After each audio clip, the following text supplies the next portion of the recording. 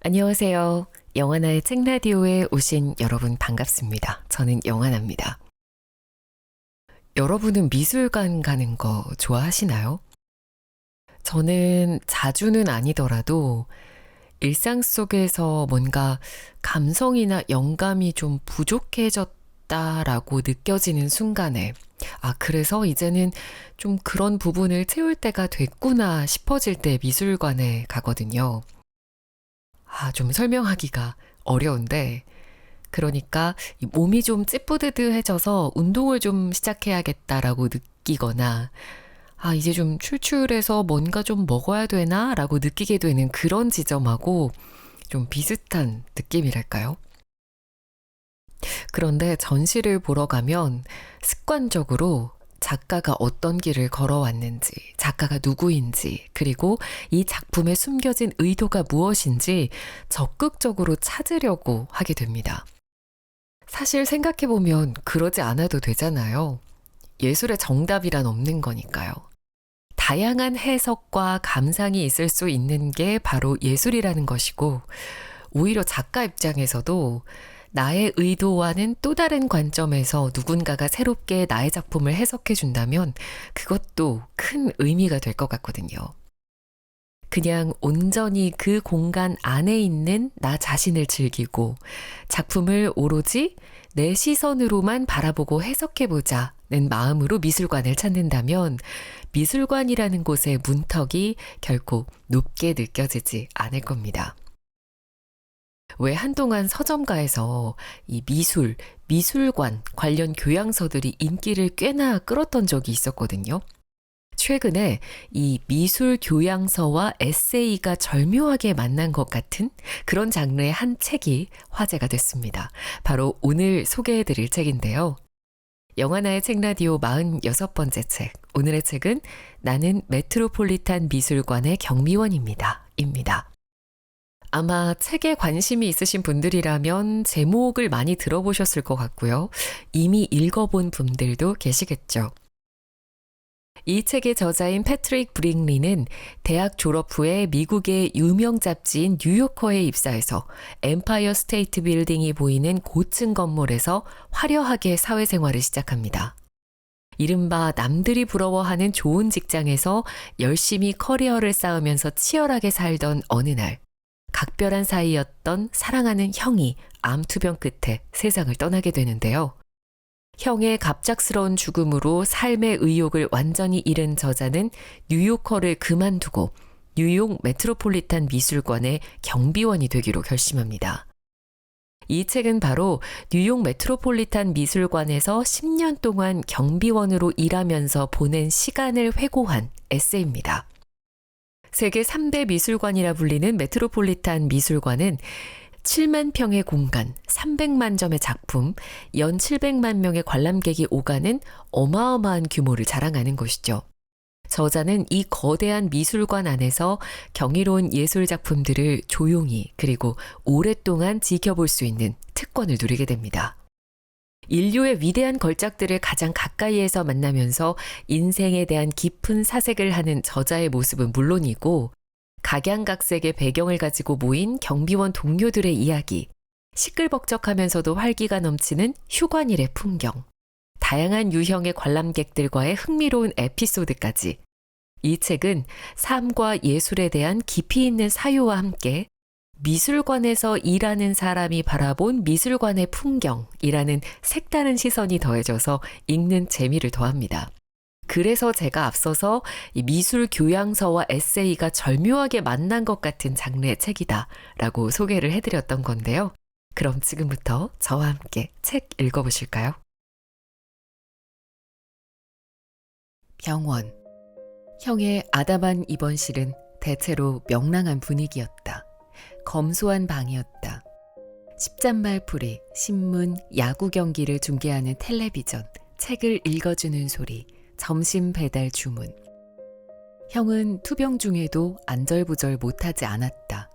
새 종교를 찾지 않았고 자기가 늘 좋아했던 것들을 계속 좋아했다.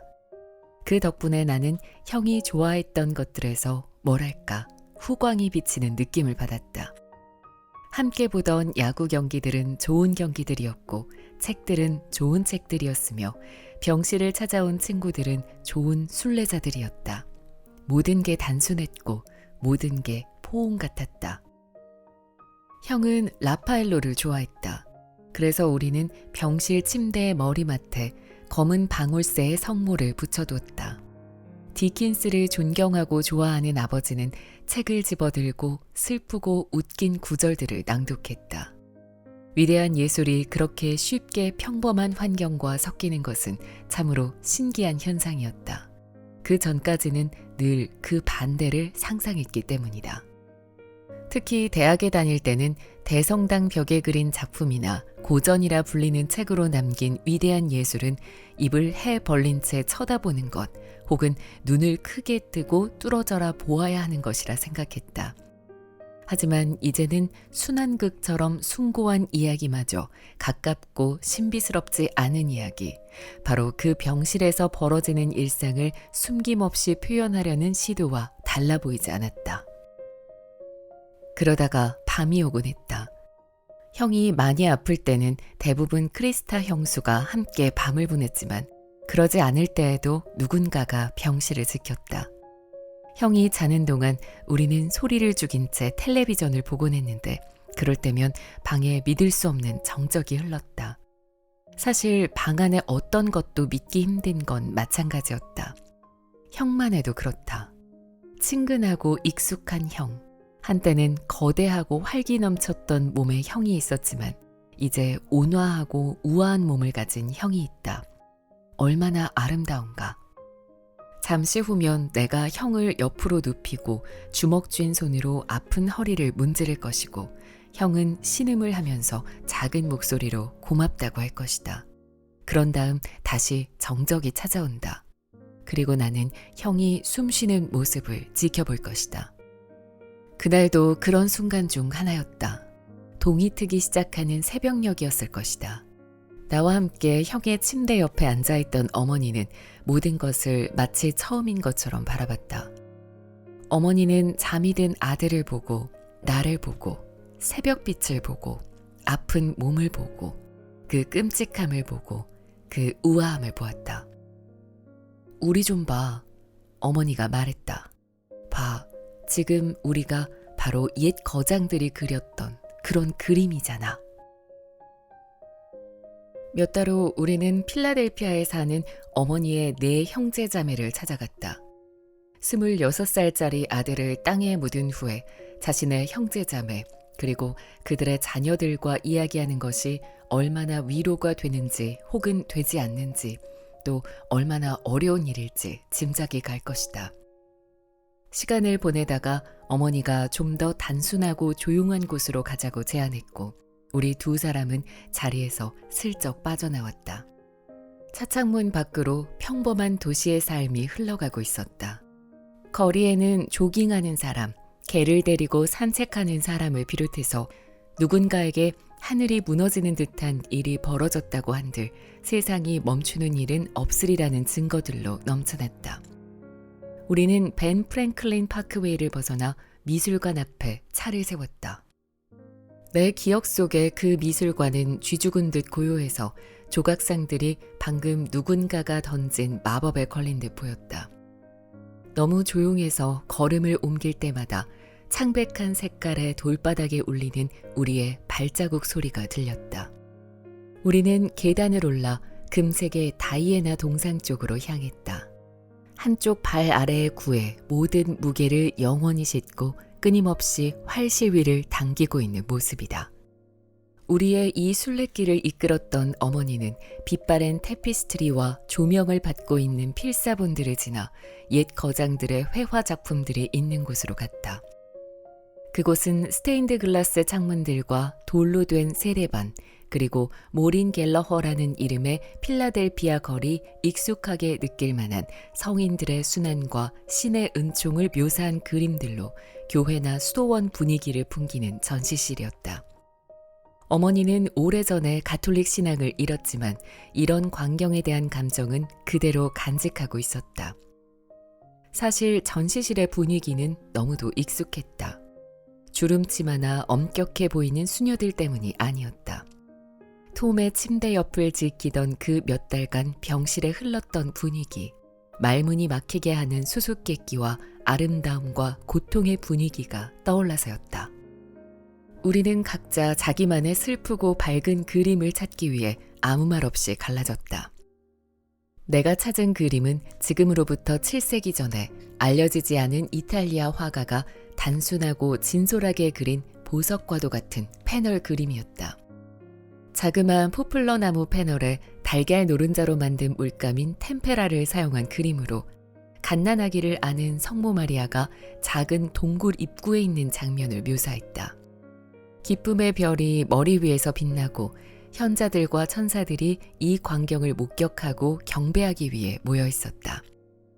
마리아는 주위의 소란이 전혀 들리지 않는 듯 구요에서 평화롭게 잠들어 있는 조용한 아기에게 시선을 고정하고 있었다. 이런 테마의 장면을 경배라고 부르는데 나는 그 아름다운 단어를 마음에 품었다. 그런 순간에 생겨나는 애정어린 숭배의 마음을 표현하기에 참 유용한 단어라는 생각이 들었다. 이런 이미지 앞에서 우리는 말문을 잃고 말랑말랑해진다. 뒤이어 강렬하고 명백하지만 일상생활의 소란 속에서는 약하게밖에 느껴지지 않던 무엇인가가 우리의 안으로 침투한다. 경배하는 대상에 대한 설명은 필요 없다. 맥락을 더하는 것은 이 수수께끼 같지 않은 수수께끼의 명백한 의미를 흐릴 뿐이다. 누구나 자고 있는 아이나 연인, 떠오르는 태양, 혹은 어쩌면 성스러운 유물이나 죽은 지 오래된 이탈리아인이 곱게 그려낸 그림을 보면서 그런 느낌을 받은 적이 있을 것이다. 형이 두 손을 꼭 쥐고 용감하게 고통을 참아내는 모습을 보면서 그 느낌 말고는 다른 감정이 거의 들지 않았다. 기쁨의 별에서 특별한 종류의 선명한 빛이 나오는 듯했다. 옛 거장들의 그림에서 볼 수 있는 선명함과 같은 것이었다.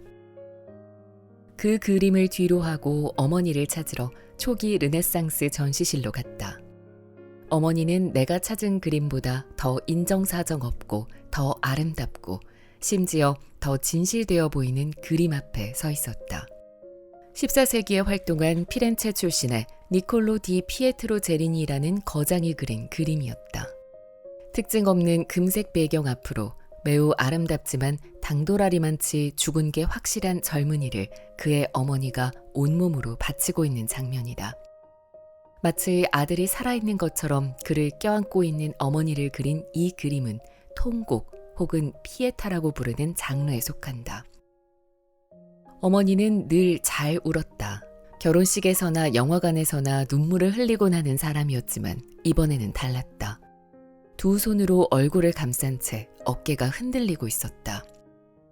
나와 눈이 마주쳤을 때 그녀가 심장이 부서지는 동시에 충만해져서 그렇게 울었다는 것을 깨달았다.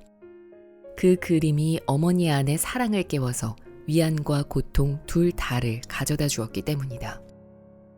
우리는 경배를 할 때 아름다움을 이해한다. 통곡을 할 때 삶은 고통이다라는 오래된 격언에 담긴 지혜의 의미를 깨닫는다. 위대한 그림은 거대한 바위처럼 보일 때가 있다. 말로 표현하기에는 너무 냉혹하고 직접적이며 가슴을 저미는 바위 같은 현실 말이다. 한두 시간쯤 흘렀을까? 튼튼한 바위 기반처럼 느껴지는 미술관을 떠나 그 너머에서 존재감을 뽐내며 펼쳐진 소위 현실 세계로 돌아갈 시간이었다. 부모님과 누이 미아는 비행기를 타고 시카고로 돌아갔다.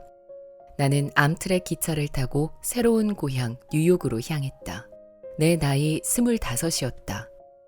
모든 의미에서 어디로 갈지 갈피를 잡지 못한 채로 미드타운의 분주한 행인들 틈에 섞였다. 운 좋게 얻은 전도 유망한 직장이 있는 마천로의 사무실로는 더 이상 돌아가고 싶은 마음이 들지 않았다. 세상 속에서 앞으로 나아가기 위해 애를 쓰고 꾸역꾸역 긁고 밀치고 매달려야 하는 종류의 일은 할 수가 없었다. 나는 누군가를 잃었다. 거기서 더 앞으로 움직이고 싶지 않았다. 어떤 의미에서는 전혀 움직이고 싶지가 않았다. 필라델피아 미술관에서는 침묵 속에서 빙빙 돌고 서성거리고 다시 돌아가고 교감하고 눈을 들어 아름다운 것들을 보면서 슬픔과 달콤함만을 느끼는 것이 허락되었다. 지친 승객들을 가득 태우고 브루클린을 향해 달리는 지하철의 흔들림에 몸을 맡겼다. 그러다 한 생각이 머릿속에서 형태를 갖추기 시작했다. 오랫동안 나는 뉴욕의 훌륭한 미술관에서 일하는 사람들을 눈여겨봐왔다. 보이지 않는 사무실에서 일하는 큐레이터들이 아니라 구석마다 경계를 늦추지 않고 서 있는 경비원들 말이다.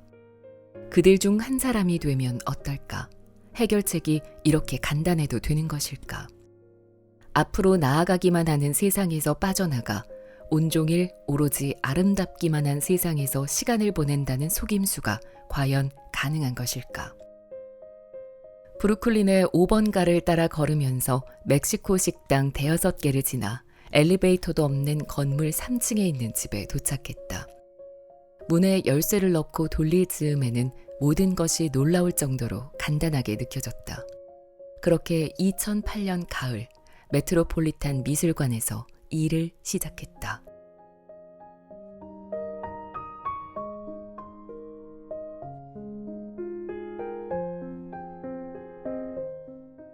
날들이 한데 뭉뚱그려져 흐르기 시작하고 어느새 몇 주가 지났다. 일을 시작한 지 6개월 정도 된 어느 저녁, 운 좋게도 중국의 전통 악기 공연이 열리는 에스터코트에 배치됐다. 에스터코트는 명나라 학자의 정원을 미술관 내에 재현한 곳이다. 공연이 시작하기 전 연주자들이 악기를 조율하는 동안 고요를 찾아서라는 뜻의 현판이 달린 정원의 월문과 우아한 휴식이라는 뜻의 현판의 일문을 가만히 바라본다. 또한 중국어로 풍경을 뜻하는 산수, 즉 산과 개울을 상징하는 석회암 기둥들과 물고기가 논이는 작은 연못 쪽을 본다. 그러면서 나는 이미 우아한 휴식을 취하는 법을 모두 깨친 듯 편안한 마음으로 약간의 자기 만족마저 느낀다. 곧 공연이 시작된다. 나는 옆으로 눕힌 하프의 일종인 고쟁 연주자 뒤에 서 있다. 그녀는 10손가락 중 8개에 끼운 피크를 경쾌하게 움직이면서 즐거운 듯 줄을 튕기고 거미처럼 미끄러지며 들어본 적 없는 멜로디를 뽑아낸다. 음악은 알 수 없는 리듬을 따라 내가 예상하는 음계에서 항상 조금 위나 아래에 있는 음들로 이어진다. 나는 이것이 선입견을 버리고 일어나는 일들을 그대로 흡수할 때 비로소 할 수 있는 종류의 경험이라는 사실을 받아들인다. 연주자가 마침내 손을 멈췄을 때는 아마 10분 정도밖에 지나지 않았을 테지만 수많은 디테일로 채워진 그 연주를 듣는 동안 마치 수천 번의 분놀림으로 채운 그림이 순간순간 공중에 걸려있는 듯했다. 나는 겸손해지는 것을 느낀다.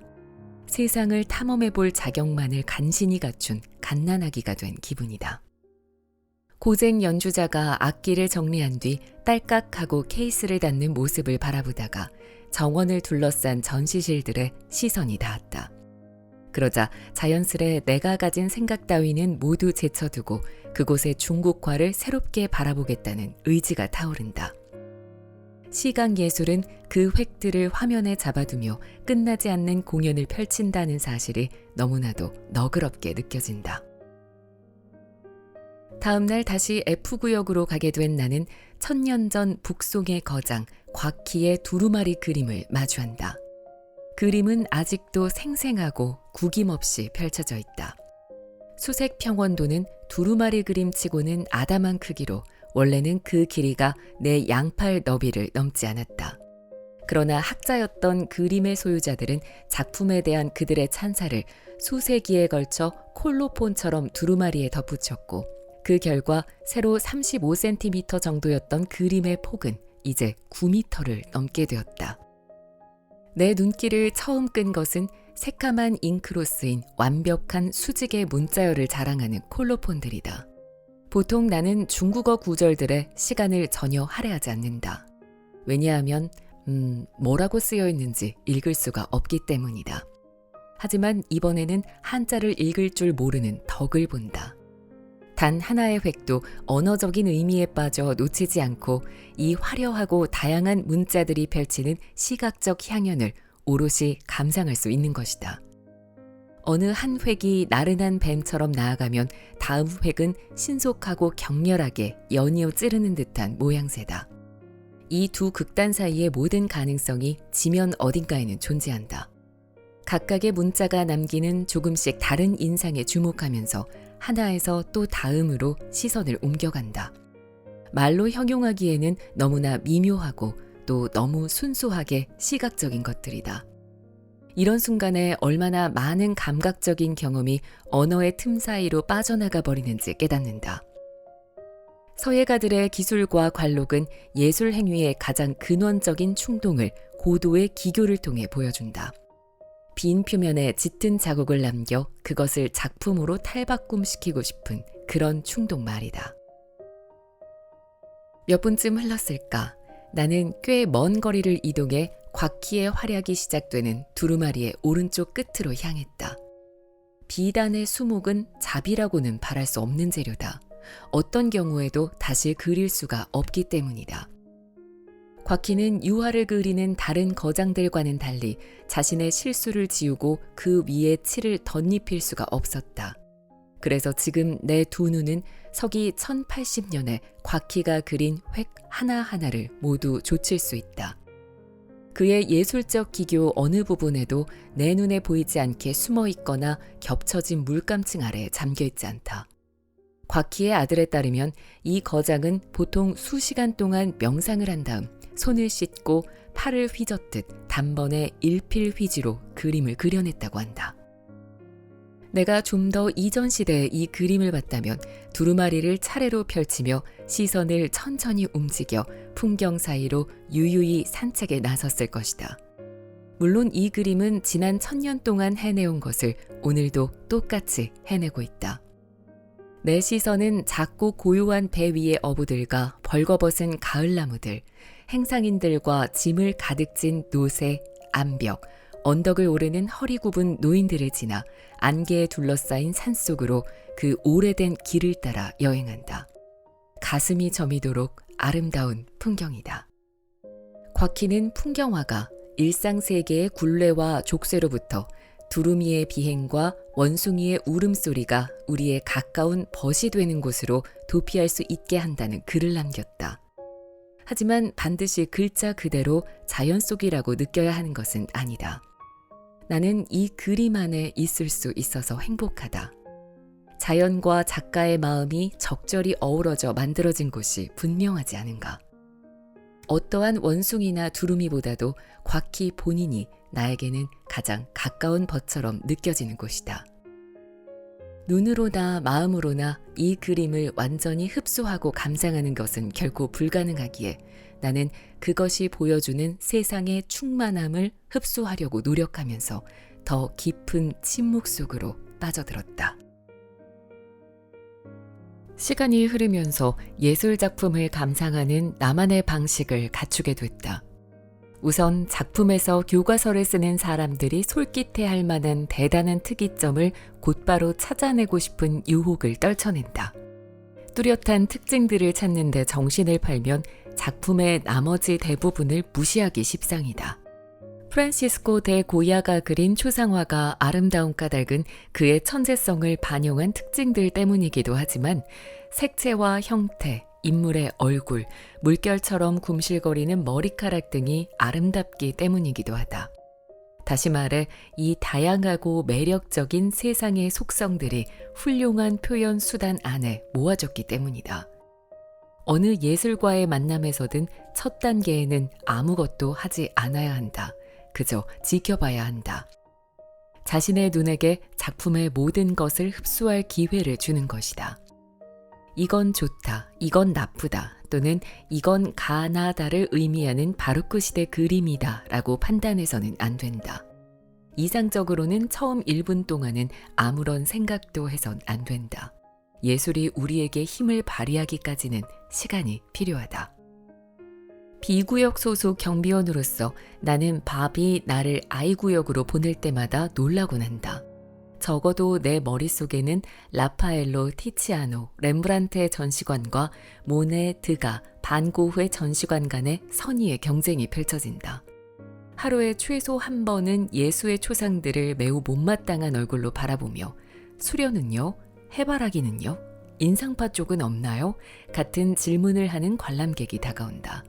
그러면 미술관 건물 맨 끝으로 가는 기나긴 루트를 알려줘야 한다.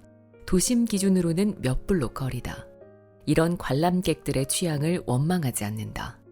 다만 결과적으로 나는 그들이 사랑하는 인상파 화가들, 특히 클로드 모네에게 늘 온당한 대우를 해주지는 않고 있다. 그의 그림들은 너무 예뻐서 이것만으로도 충분하지 않은가 싶을 때도 있다. 하지만 그때마다 예술을 감상하는 첫 단계의 원칙을 떠올리고 다시 그림들을 바라본다. 금요일 저녁이다. 나는 수련과 건초 더미 그리고 미술관이 닫을 때까지 버틸 열렬한 예술 팬들과 같은 전시실에 있다. 건초 더미는 모네가 4계절에 걸쳐 하루 중 각기 다른 시간대를 그린 연작의 일부다. 하품을 하면서 나는 그가 왜 그런 시도를 했는지 이해한다. 실내에서도 이 시간대에는 모든 것이 더 나른해 보인다. 심지어 그림들까지도 잠들 준비가 되어 보인다. 오늘도 너무 가까워요. 플래시는 꺼주세요. 라고 호통을 치느라 바쁜 하루였다. 이렇게 인기 많은 구역에서는 늘 있는 일이다. 하지만 이제 남아있는 소수의 관람객은 그저 평화롭게 돌아다니고 있다. 그리고 나에게는 모네의 그림을 정면으로 마주하고 그것이 나에게 영향을 줄지, 준다면 어떤 영향일지 알아볼 기회가 온 것이다. 만약 무언가가 웃기는지 알고 싶다면 그것이 우리를 웃게 만드는지 확인하면 된다. 어떤 그림이 아름다운지 알고 싶다면 그림을 바라볼 때 우리 안에서 어떤 반응이 일어나는지 확인하면 된다. 웃음만큼 확실하지만 대부분은 좀 더 조용하고 주춤거리며 나오는 반응일 것이다. 여름의 베테요라는 제목의 풍경화가 시야에 가득 찰 정도로 바짝 다가선 나는 내 눈이 이 허구의 세계를 실감나게 받아들인다는 걸 확인한다. 마을과 강, 그리고 강에 떠있는 마을의 물그림자가 보인다.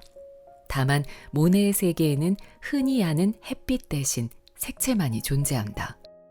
이 작은 우주의 훌륭한 조물주답게 모네는 햇빛을 나타내는 색깔들을 펼쳐두었다. 펼치고 흩뿌리고 엄청나게 숙달된 실력으로 끝없이 반짝이는 모습을 캔버스에 고정해두었다. 오랫동안 보고 있어도 그림은 점차 풍성해질 뿐 결코 끝나지 않는다. 모네는 시각으로는 길들일 수 없는 세상의 모습을 그렸고 에머스는 이를 눈부심과 반짝임이라고 표현했다. 이 그림의 물결 속에서 흔들리며 녹아내리는 수백만 개의 아롱진 반영들이 바로 그것이다. 이것은 옛 거장들의 상징주의적인 표현법에는 좀처럼 들어맞지 않는 유형의 미학이고 정돈된 상태를 추구하는 우리의 두뇌가 일반적으로 허용하는 것보다는 더 혼돈스럽고 타오르는 듯한 아름다움이다. 대개 우리는 유용한 정보를 얻기 위해 위협적이고 산만하게 쏟아져 들어오는 주위 자극들은 무디게 만들거나 아예 무시한다. 모네의 그림은 우리가 이해하는 모든 것의 입자 하나하나가 의미를 갖는 드문 순간들 중 하나를 떠올리게 한다. 산들바람이 중요해지고 새들이 지저귀는 소리가 중요해진다. 아이가 옹알거리는 소리가 중요해지고 그렇게 그 순간의 완전함, 심지어 거룩함까지도 사랑할 수 있게 된다. 그런 경험을 할 때면 가슴에 가냘프지만 확실한 떨림을 느낀다. 이와 비슷한 느낌이 모네가 붓을 집어드는 영감이 되었으리라 상상한다. 그리고 지금 이 그림을 통해 모네가 느꼈을 전율이 내게 전해져 온다.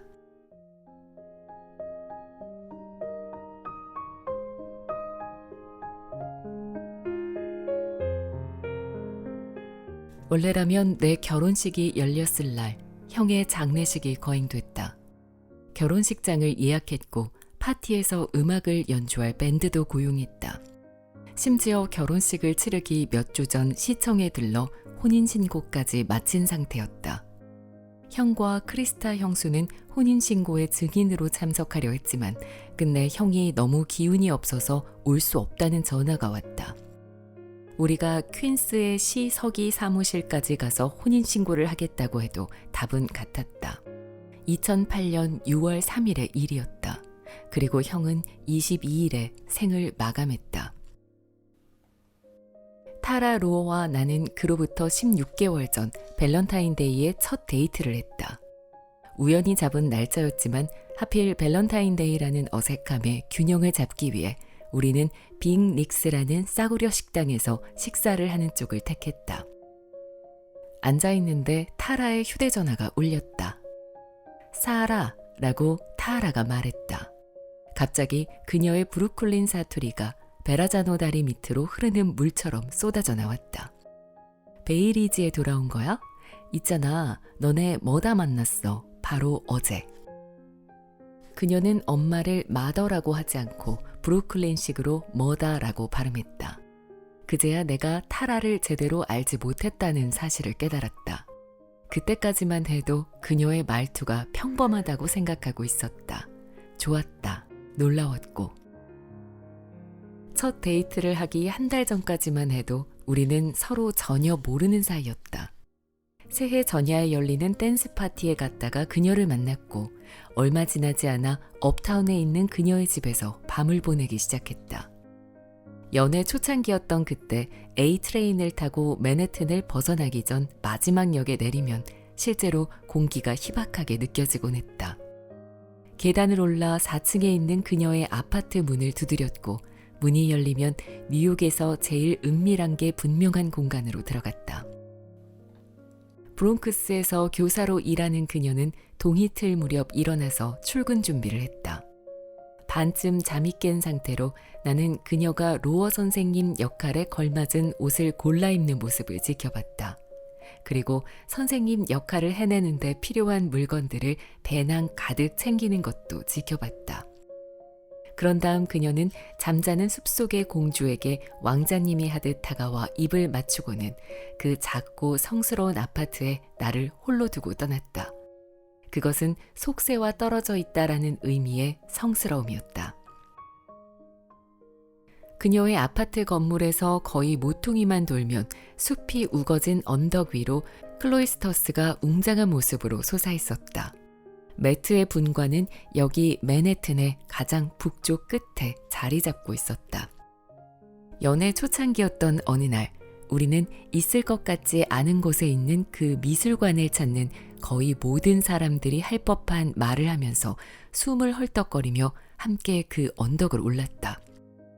여기가 뉴욕이라는 게 믿어져? 숲을 벗어나면 바로 보이는 비바람에 깎인 그 회색 석조 건물은 13세기 수도원을 모델로 지어졌다. 우리는 거기서 클로이스터스의 나선형 계단을 따라 조금 더 올라갔다. 실제로 어땠는지는 모르겠지만 내 기억 속에는 횃불이 밝혀져 있었다. 두 사람 몫으로 $10를 기부하고 굉장히 후하다 생각하면서 미술관의 중세 성역 중 첫 번째 방으로 들어갔다. 건물은 육중한 석조블록으로 지어진 12세기 프랑스풍 부속 예배실이었다. 규모가 작고 장식이 거의 없어서 엄숙한 우아함이 흘렀다. 브루클린의 이탈리아계 이민 가정에서 태어나 가톨릭 학교를 다닌 타라가 82번가에 있는 성 안셀렘 교회보다 이 건물이 낫다고 하자 나는 웃음을 터뜨렸다. 타라는 내 손을 잡고 성단으로 가서 성체 감실이 있었을 자리를 알려주고 추억에 잠겨 눈을 가끔 굴리며 신을 두려워하던 시절을 가벼운 어투로 회상했다. 확실히 그녀는 교회와 관련한 물건 근처에 가면 반사적으로 태도가 경건해지는 나와는 달랐다. 하지만 그날은 우리 둘 다 마법에 걸려 있었다. 메아리가 울려 퍼지고 아름다운 애수가 느껴지는 그 방이 우리 둘에게 잘 어울리는 것 같았다. 비록 너무 행복한 나머지 엄숙해지기는 불가능했지만 말이다. 그전에도 클로이스터스를 방문한 적은 있었지만 클로이스터의 정확한 의미를 이해하지 못했다.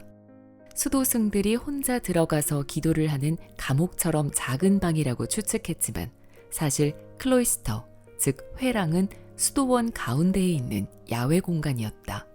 속세로부터는 떨어져 있지만 태양과 달과 별과는 닿아 있는 곳. 우리가 처음 방문한 클로이스터는 12세기 카탈루냐에서 지어진 쿠사 수도원으로 꽃이 흐드러지게 피어 있었다. 과실소에 노래하는 새가 빼곡하게 앉아있고 오솔길들이 사방에서 뻗어 가운데 분수대에서 만나는 정원이 있으며 그 가장자리로 분홍색 대리석 기둥들이 늘어선 복도가 둘러져 있었다. 수도승들은 식당이나 기숙사로 가는 길에 그곳을 지나쳤으리라.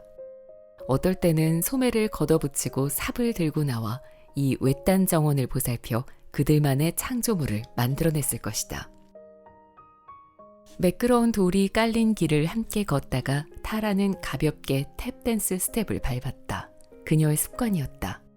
나는 꽃을 가리키며 시카고 교회에서 살던 어린 시절 보이스카우트 활동으로 집집마다 돌아다니며 튤립 알뿌리를 팔아야 했던 이야기를 했다.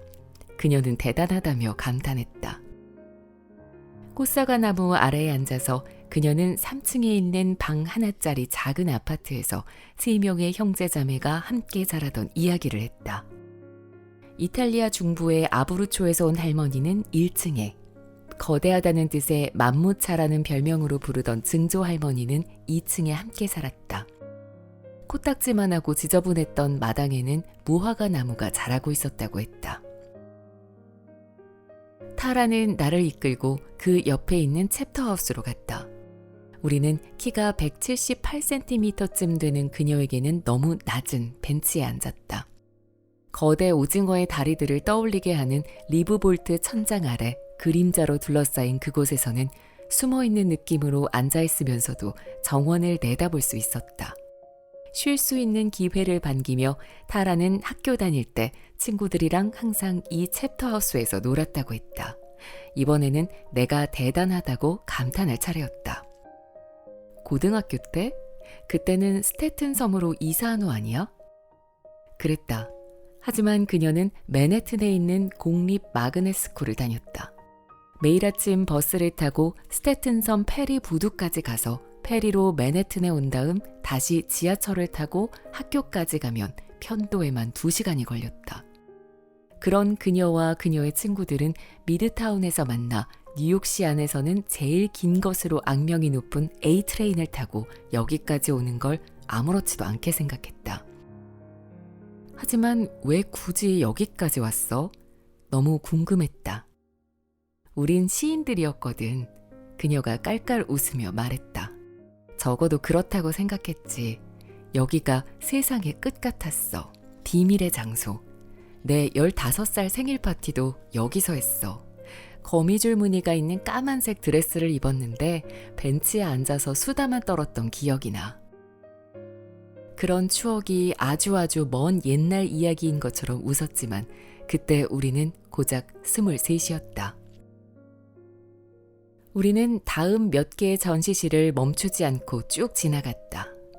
혼자 갔었다면 걸음을 멈추고 메로드 재단화를 연구하듯 뜯어봤을 것이다. 하지만 타라는 예술 취향이 아니었고 예술품 말고도 더 시급하게 음미해야 할 다른 아름다운 것들이 너무 많았다. 우리는 말도 안 되게 멋진 전망을 품은 2번째 클로이스터에서 멈춰섰다. 그곳은 미술관과 수도원 건물로 둘러싸여 있는 대신 건물의 가장자리에 자리 잡고 팰리세이즈 파크의 절벽 아래로 흐르는 허드슨 강을 내려다보고 있었다. 나는 우리 2사람을 위에서 내려다보는 듯한 이상한 느낌이 들었다. 우리는 이 홀쭉한 섬에서도 가장 좁은 부분에 서서 뉴욕 항구를 향해 서서히 흘러가는 큰 강물을 바라보고 있었다. 마치 우리가 써내려가고 있는 러브스토리의 명확한 윤곽을 볼 수 있을 것 같은 느낌이었다. 저 항구가 아니었다면 넌 이 세상에 존재하지도 않았겠지.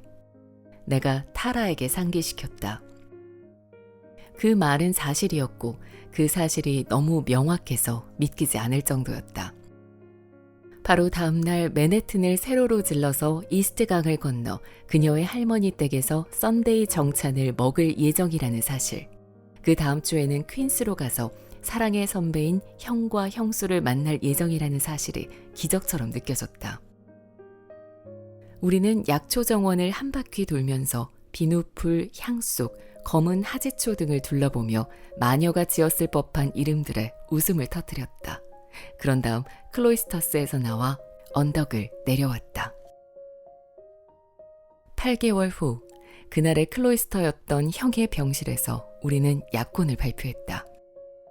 몰래 맥주를 가지고 들어가 일회용 플라스틱 컵으로 건배를 했고 형의 얼굴은 놀라움으로 빛났다. 그로부터 불과 4개월 후 타라와 나는 형이 누워있는 침대 곁을 번갈아 지키며 잠든 형을 깨우지 않기 위해 소리를 죽인 채 텔레비전을 봤다. 그런 밤 중 하나였다. 늦은 밤 크리스타 형수와 미아, 타라 그리고 내가 형을 돌보고 있었다. 형이 하는 말은 더 이상 앞뒤가 맞지 않던 시기였다. 그런데 그런 형이 갑자기 고개를 들더니 치킨 맥너깃을 먹겠다고 했다. 지금 생각해보면 맨해튼의 밤꼬리로 뛰어나가 소스와 치킨 너깃 한 알음을 사들고 돌아오던 그때보다 더 행복했던 적이 없었다. 침대를 둘러싼 채 우리는 우리가 아는 최선을 다해 사랑과 슬픔과 웃음이 가득한 소풍을 즐겼다. 돌이켜보면 그 장면은 피터르 브리헐의 곡물 수확을 떠올리게 한다. 멀리까지 펼쳐진 광활한 풍경을 배경으로 농부 몇몇이 오후에 식사를 즐기는 모습 말이다. 배경 중간쯤 교회가 있고 그 뒤로 항구, 그리고 황금빛 들판이 아스라한 지평선까지 굽이쳐 펼쳐진다. 화면 앞쪽에는 큰 낫으로 곡물을 거두는 남자들과 그것을 한데 묶느라 허리를 굽힌 여자가 보인다. 맨 앞쪽 구석에는 일을 하다가 배나무 아래에 앉아 식사를 하는 9명의 농부들이 다소 희극적이면서도 애정을 담아 묘사되어 있다. 브리헐의 이 명작을 바라보며 나는 가끔 이것이야말로 세상에서 가장 흔한 광경이라는 생각을 하곤 한다. 사람들은 주로 농사를 지었고 그들 중 대부분이 소작농이었다. 거의 모든 사람들이 평생 노동을 하고 궁핍한 삶을 살아가면서 가끔 휴식을 취하고 다른 이들과 어울리며 즐거운 시간을 보냈다. 너무도 일상적이고 익숙한 광경을 묘사하기 위해 피터르 브리헐은 일부러 노력을 기울였을 것이다. 그리고 그는 그 광활하게 펼쳐진 세상의 맨 앞자리를 이 성스러운 오합지졸들에게 내주었다. 가끔 나는 어느 쪽이 더 눈부시고 놀라운 것인지 잘 모르겠다는 생각을 한다. 위대한 그림을 닮은 삶일까? 아니면 삶을 닮은 위대한 그림일까?